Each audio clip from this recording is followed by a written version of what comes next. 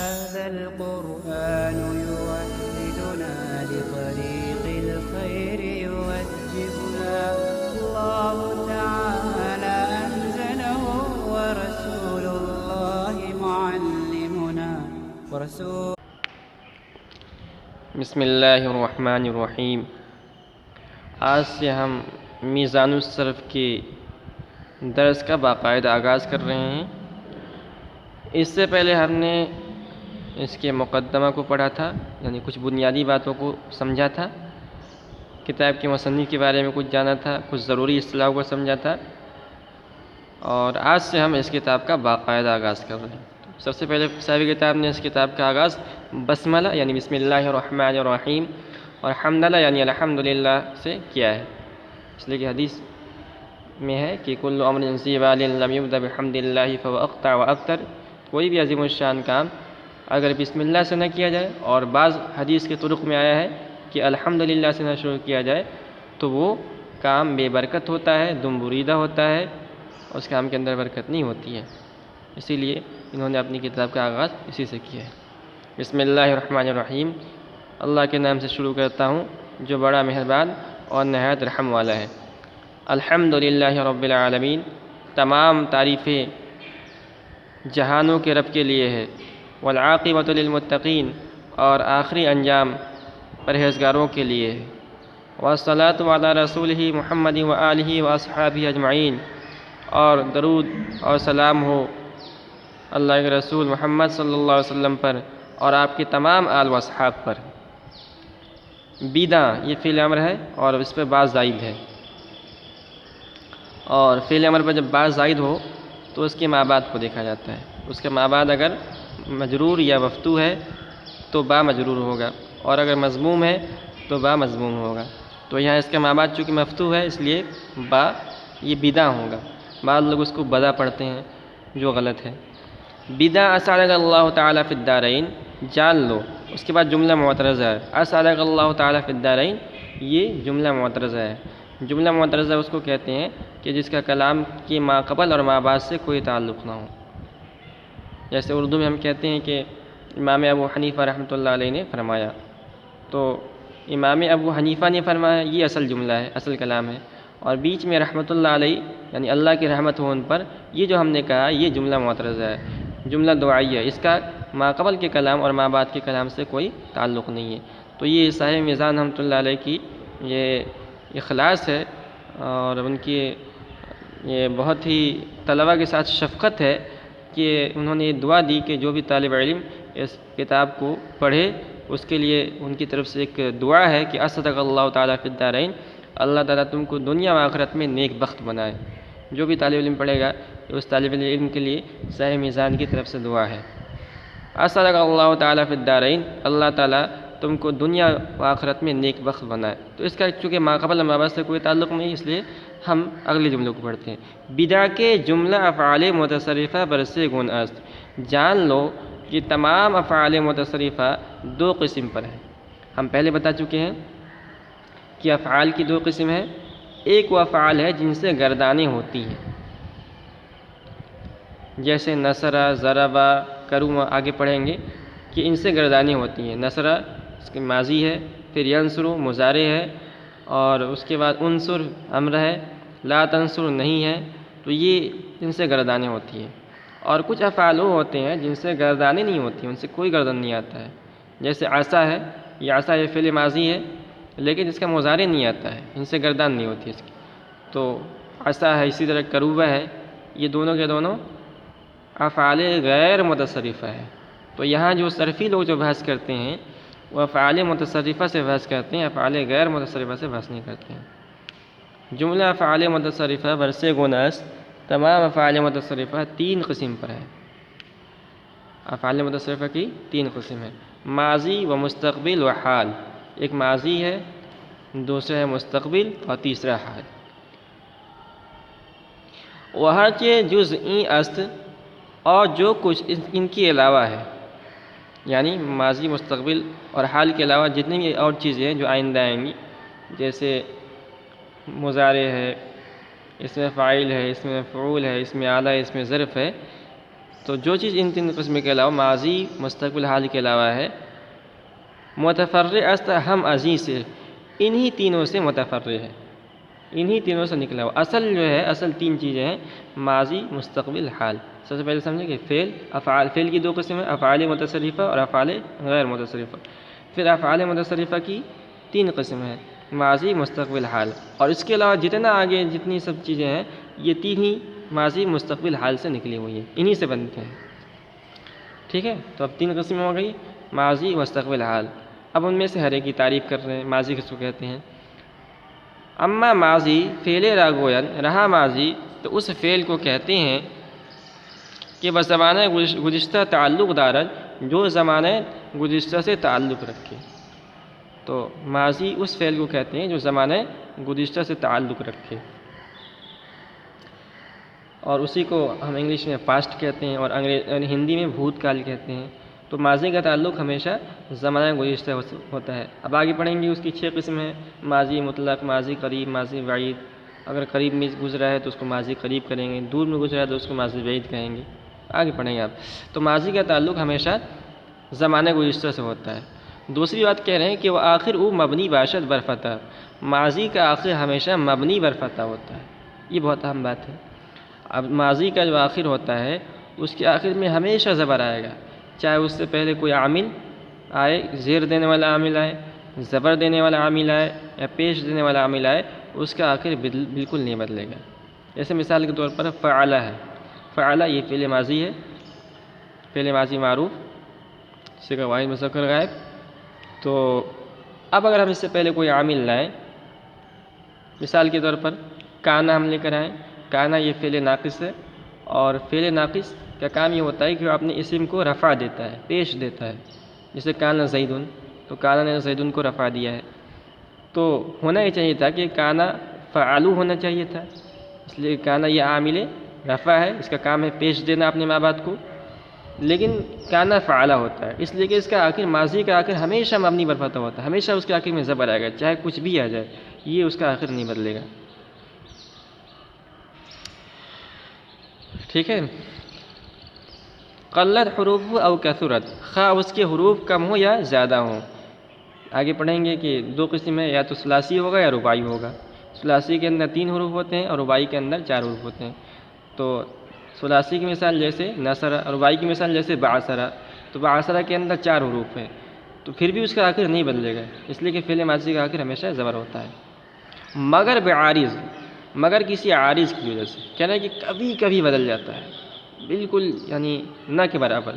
کبھی کبھی اسے ضرورت شعری کی وجہ سے، جو شاعر لوگ عربی زبان کے شاعر ہیں وہ جب اپنا شعر پیش کرتے ہیں تو کبھی کبھی ان کو وزن بیٹھانے میں مجبور ہو جاتے ہیں، اور مجبوراً ان کو فعل کو بھی زیر یا پیش دینا پڑ جاتا ہے، اس لیے کہ نہیں دیں گے تو ان کا کلام بیٹھے گا نہیں، موزون نہیں ہوگا، مقفع نہیں ہوگا، لیکن یہ بالکل نادر نہ ہونے کے برابر ہوتا ہے۔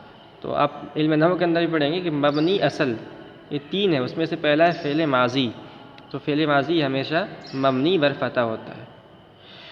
چوں فعل، فعیل، فعول، فعلل، یہ 4 وزن ہیں، 4 میزان ہے، ترازو، جس پر ہم تولیں گے۔ کوئی بھی فعل اگر ہوگا تو وہ ماضی ہے اگر، تو اس کو ہم انہی 4 اوزان پر تولیں گے، اگر ان 4 اوزان میں سے کسی ایک وزن پر ملتے ہیں تو وہ ٹھیک ہوگا یا غلط ہوگا۔ تو یہ 4 وزن کیا ہے؟ فعلہ ہے، فعیلہ ہے، فعولہ ہے، فعللہ ہے۔ اب یہ تو ہو گیا ہمارا بٹکھرا کہہ لیجیے، ترازو پر ہم نے ایک طرف رکھ دیا اس کو۔ اب فعلہ کی وزن پر کون بیٹھ رہا ہے؟ دیکھیے ضرب بیٹھ رہا ہے، بالکل برابر ہے، فعل ضرب، یہ ہمارا فعلہ ہے اور یہ ہے ضرب، بالکل برابر بیٹھ رہا ہے۔ دوسرا ہے فعیلہ، یہ فعیلہ دیکھ رہے ہیں آپ، اس کی وزن پہ آیا ہے سمیع، بالکل برابر ہے، ذرہ برابر فرق نہیں ہے۔ تیسرا ہے فعولہ، اس کی وزن پر آ رہا ہے کرومہ۔ چوتھا ہے فعللہ، اس کی وزن پر آ رہا ہے بعثر۔ تو یہ تھا ہمارا فعل ماضی۔ تو فعل، فعیلہ، فعولہ، فعللہ، جیسے ضرب، سمیع، کرومہ، بعثر۔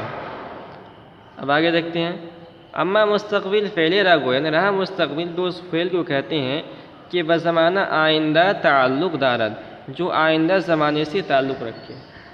تو مستقبل کا تعلق آنے والا زمانے سے، یعنی جو زمانہ آیا نہیں، جس کو ہم انگلش میں فیوچر کہتے ہیں۔ تو یہ ہوتا ہے مستقبل۔ تو پہلی بات یہ معلوم ہوئی کہ مستقبل کا تعلق آئندہ زمانے سے ہوتا ہے۔ دوسری بات کہنا، وہ آخر او مرفوع باشد، اس کا آخر مرفوع ہوتا ہے، لیکن یہ مبنی پر رفع نہیں ہوتا ہے، مبنی پر ضمہ نہیں ہوتا ہے۔ اس کا آخر مرفوع تو ہوگا لیکن بدل بھی سکتا ہے، اگر کوئی عامل آئے تو بدل سکتا ہے، ضروری نہیں ہے، لیکن فعل ماضی کا آخر ہمیشہ فتح آئے گا، زبر آئے گا۔ وہ آخر وہ مرفوع باشد مگر بعارض، اور اس کا آخر مرفوع ہوتا ہے مگر کسی عارض کی وجہ سے، یعنی کوئی اگر عامل زیر دینے والا عامل آ جائے، زبر دینے والا عامل آ جائے تو بدل سکتا ہے۔ اب دیکھیے 4 وزن ہیں فعل مستقبل کے، یفعل، یفعل، یفعل، یفعلل، یہ 4 وزن ہیں، اور اس پہ ہم جو ہے دیگر جو عربی کلمات ہیں مستقبل کے، اس کو وزن کریں گے۔ اگر وہ کلمات اس پر برابر بیٹھتے ہیں، برابر ہوتے ہیں، تو ان 4 وزن پر تو وہی صحیح ہوں گے، ورنہ وہ غلط ہو جائیں گے۔ تو ہر ایک کی بالترتیب مثال ہے، یفعل کی مثال یضرب ہے، اور یفعل کی مثال یسمع ہے، اور یفعل کی مثال یکرم ہے، اور یفعلل کی مثال یبعثر ہے۔ تو یہ ماضی کی یہ افعال کی، فعل کی، فعل متصرف کی دوسری قسم تھی۔ تیسری قسم حال۔ اما حال فعل را گوین، رہا حال تو اس فعل کو کہتے ہیں کہ بس زمانہ موجودہ تعلق دارت، کہ جو موجودہ زمانے سے تعلق رکھے۔ تو حال کا تعلق موجودہ زمانے، جو زمانہ بھی چل رہا ہے، جس کو پریزنٹ کہتے ہیں، اس سے متعلق ہوتا ہے۔ اب دیکھیے کہہ رہے ہیں کہ ماضی کا صیغہ تو الگ ہوتا ہے، فعل، فعیل، فعول، فعلل، انہوں نے بتا دیا۔ مستقبل کا صیغہ کیا ہے؟ یفعل، یفعل، یفعل، یفعلل، لیکن حال کا الگ سے کوئی صیغہ نہیں ہوتا ہے۔ جو صیغہ مستقبل کا ہے، یہ 4 یفعل، یفعل، یفعل، یفعلل، یہی سیم 4 حال کا بھی صیغہ ہے۔ تو آگے آپ پڑھیں گے فعل مضارع، تو فعل مضارع یہ چاروں فعل مضارع ہیں، چاروں یفعل، یفعل، یفعل، یفعلل، یہ فعل مضارع ہیں۔ تو فعل مضارع میں دونوں زمانہ پایا جاتا ہے، حال کا زمانہ بھی پایا جاتا ہے، استقبال کا بھی زمانہ پایا جاتا ہے۔ اس لیے حال اور استقبال کا، حال اور مستقبل دونوں کا صیغہ سیم ہوتا ہے۔ تو کوئی لفظ اگر حال ہے یا مستقبل ہے تو اس کو ان چاروں ہی وزن پر، یفعل، یفعل، یفعل، یفعلل پر ہی وزن کریں گے۔ اگر ان چاروں پر کھڑے اترتے ہیں، برابر اترتے ہیں، تو صیغہ صحیح ہوگا، ورنہ غلط ہو جائے گا۔ وہی کریں، وہ صیغہ حال ہمچو صیغہ استقبال است، اور حال کا صیغہ یہ مستقبل کے صیغے کی طرح ہے۔ ہو گیا؟ وہ اظہر یکی عظیم ماضی و مضارع شہادہ کلمہ بیرومی آئند، کہہ رہے ہیں وہ اظہر یکی عظیم، اور ان میں سے ہر ایک کے، وہ اظہر یکی عظیم ماضی و مضارع، اور ماضی اور مضارع میں سے ہر ایک کے۔ دیکھیے حال اور مستقبل کی انہوں نے مضارع سے ثابت کیا، اس لیے کہ مضارع کے اندر حال بھی ہوتا ہے، مستقبل بھی ہوتا ہے۔ تو اس کو یہ بھی کہہ سکتے ہیں کہ ماضی، مستقبل اور حال، ان تینوں میں سے ہر ایک کے۔ واظہر یکی عظیم ماضی و مضارع چہادہ کلمہ بیرومی آئند، اور ماضی اور مضارع میں سے ہر ایک کے 14 صیغے نکل کر آتے ہیں۔ یا ہم یوں کہہ سکتے ہیں کہ ماضی، مستقبل اور حال میں سے ہر ایک کے 14 صیغے آتے ہیں۔ ماضی کے بھی 14 صیغے آتے ہیں، مضارع کے بھی 14 صیغے، حال کے بھی 14 صیغے آتے ہیں، اور مستقبل کے بھی 14 صیغے آتے ہیں۔ اب ان صیغوں کی تفصیل ہے۔ 14 صیغوں میں سے 3 واحد مذکر غائب کے ہوتے ہیں، 3 واحد مؤنث غائب کے ہوتے ہیں، 3 واحد مذکر غائب کے ہوتے ہیں، 3 واحد مذکر حاضر کے ہوتے ہیں، 3 واحد مؤنث حاضر کے ہوتے ہیں، اور 2 صیغہ یہ متکلم کو ہوتا ہے، جو سب کے لیے ہوتا ہے، مذکر مؤنث دونوں کے لیے ہوتا ہے۔ تو یہ کہہ رہے ہیں سے ازا مر مذکر غائب راست، 3 ان میں سے مذکر غائب کا ہوتا ہے۔ یہ مر یہ کبھی خاص کے معنی میں آتا ہے، کبھی کلام میں تحسین پیدا کرنے کے لیے آتا ہے۔ وسی ازا مر مؤنث غائب راست، اور 3 ان میں سے مؤنث غائب کا ہوتا ہے۔ وسی ازا مر مذکر حاضر راست، اور 3 ان میں سے مذکر حاضر کا ہوتا ہے۔ وسی ازا مر مؤنث حاضر راست، اور 3 ان میں سے مؤنث حاضر کا ہوتا ہے۔ ودو ازا مر حکایت نفس متکلم راست، اور 3 ان میں سے نفس متکلم کے لیے ہوتا ہے۔ حکایتی نفس متکلم کا ہوتا ہے، یعنی متکلم کا ہوتا ہے۔ تو 2 صیغے متکلم کے لیے آتے ہیں۔ اب ان میں پھر تفصیل ہے کہ ایک واحد متکلم کے لیے آتا ہے، ایک جمع متکلم کے لیے آتا ہے، وہی کہہ رہے ہیں۔ در اول صیغہ وحدانی حکایت نفس متکلم مذکر مؤنث ایک ساز، ان 2 صیغوں میں سے یعنی متکلم کے 2 صیغوں میں سے ایک حکایت نفس متکلم مذکر مؤنث ایک ساز، یہ مذکر مؤنث متکلم کے لیے برابر ہوتا ہے، یعنی متکلم مؤنث کے لیے الگ نہیں ہوتا ہے اور مذکر کے لیے الگ نہیں ہوتا ہے، متکلم کے لیے خواہ وہ متکلم مؤنث یا مذکر ہو۔ اس کے بعد کہہ رہے ہیں و در دوم صیغہ حکایت نفس متکلم تثنیہ و جمع مذکر مؤنث نیز یکساں، اور دوسرے صیغے میں یعنی متکلم کا جو دوسرا صیغہ ہے اس کے اندر تثنیہ جمع مذکر مؤنث یہ سب برابر ہوتے ہیں، یعنی جو جمع متکلم کا صیغہ ہوتا ہے وہ تثنیہ کے لیے بھی آتا ہے، جمع کے لیے بھی آتا ہے، مؤنث کے لیے بھی آتا ہے، مذکر کے لیے بھی آتا ہے۔ وہر یکی عظیم ماضی و مضارع پر 2 گنا است، کہہ رہے ہیں اور ماضی و مضارع میں سے ہر ایک کی 2 قسم ہیں، دو قسم کا ہوتے ہیں، ماضی بھی 2 قسم کا ہوتا ہے، مضارع بھی 2 قسم کا ہوتا ہے، یعنی ماضی بھی 2 قسم کا ہوتا ہے، حال بھی 2 قسم کا ہوتا ہے، مستقبل بھی 2 قسم کا ہوتا ہے۔ کیا کیا ہوتا ہے؟ معروف و مجہول، ایک معروف ہوتا ہے، دوسرا مجہول ہوتا ہے۔ وہر یکی عظیم نیز پر 2 گنا، اور ان میں سے ہر ایک کے 2 قسم کے ہوتے ہیں، یعنی معروف بھی 2 قسم کا ہوتا ہے اور مجہول بھی 2 قسم کا ہوتا ہے۔ اثبات و نفی، مثبت اور منفی، تو معروف کبھی مثبت ہوگا، معروف کبھی منفی ہوگا، مجہول کبھی مثبت ہوگا، مجہول کبھی منفی ہوگا۔ تو امید ہے کہ یہ بحث آپ کو سمجھ میں آ گئی۔ اب وہ فعل ماضی کے جو 14 صیغے آتے ہیں اس کو انہوں نے سب سے پہلے بیان کیا ہے۔ تو سب سے پہلے یہ لیں گے فعل ماضی کو، فعل ماضی کے پہلے فعل ماضی معروف کو بیان کریں گے، پھر فعل ماضی مجہول کو بیان کریں گے۔ تو 2 قسم بتائیں نا، معروف اور مجہول۔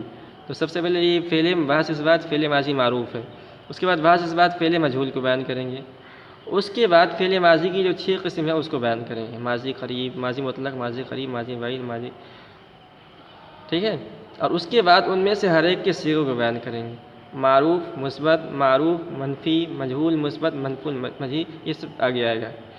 تو سب سے پہلے بیان کر رہے ہیں بحث اس بات فعل ماضی معروف، ٹھیک ہے۔ تو بحث کے معنی ہم بتا چکے ہیں، یعنی صیغہ، اور اس بات کے معنی بتا چکے ہیں، اور معروف کے معنی بتا چکے ہیں۔ آپ ہمارے پہلے سبق ہے اس کو غور سے پڑھیں تو ان تمام کے معنی آپ کو سمجھ میں آ جائیں گے۔ تو یہ 14 صیغے ہیں، ہم 14 صیغے کے معنی کے پڑھیں گے۔ فعل، یہ صیغہ واحد مذکر غائب، کیا اس ایک مرد نے۔ فعل تثنیہ مذکر غائب، کیا ان 2 مردوں نے۔ فعلوا جمع مذکر غائب، کیا ان سب مردوں نے۔ فعلت واحد مؤنث غائب، کیا اس ایک عورت نے۔ فعلتا تثنیہ مذکر غائب، کیا اس 2 عورت نے۔ فعلنا جمع مؤنث غائب، کیا ان سب عورتوں نے۔ فعلت واحد مذکر حاضر، کیا تو ایک مرد نے۔ فعلتما تثنیہ مذکر حاضر، کیا تم 2 مردوں نے۔ فعلتم جمع مذکر حاضر، کیا تم سب مردوں نے۔ فعلتی واحد مؤنث حاضر، کیا تم ایک عورت نے۔ فعلتما تثنیہ مؤنث حاضر، کیا تم 2 عورتوں نے۔ فعلتن جمع مؤنث حاضر، کیا تم سب عورتوں نے۔ فعلتو واحد متکلم مذکر مؤنث دونوں کے لیے، تو فعلتو کیا میں ایک مرد نے یا کیا میں ایک عورت نے، دونوں معنی ہوں گے۔ فعلنا جمع متکلم، کیا ہم سب مردوں نے یا کیا ہم سب عورتوں نے۔ تو یہ آپ سبق پورا ہوا ہمارا آج کے سبق۔ امید ہے کہ آپ نے اس کو سمجھا ہوگا اچھے طریقے سے، اور اس کا ہم ایک نقشہ ابھی ہم دے رہے ہیں، اس کو بھی آپ سمجھ لیں، ہم نیچے دے رہے ہیں، تو اس سے جو افعال متصرفہ کے اقسام ہیں وہ آپ سمجھ جائیں گے۔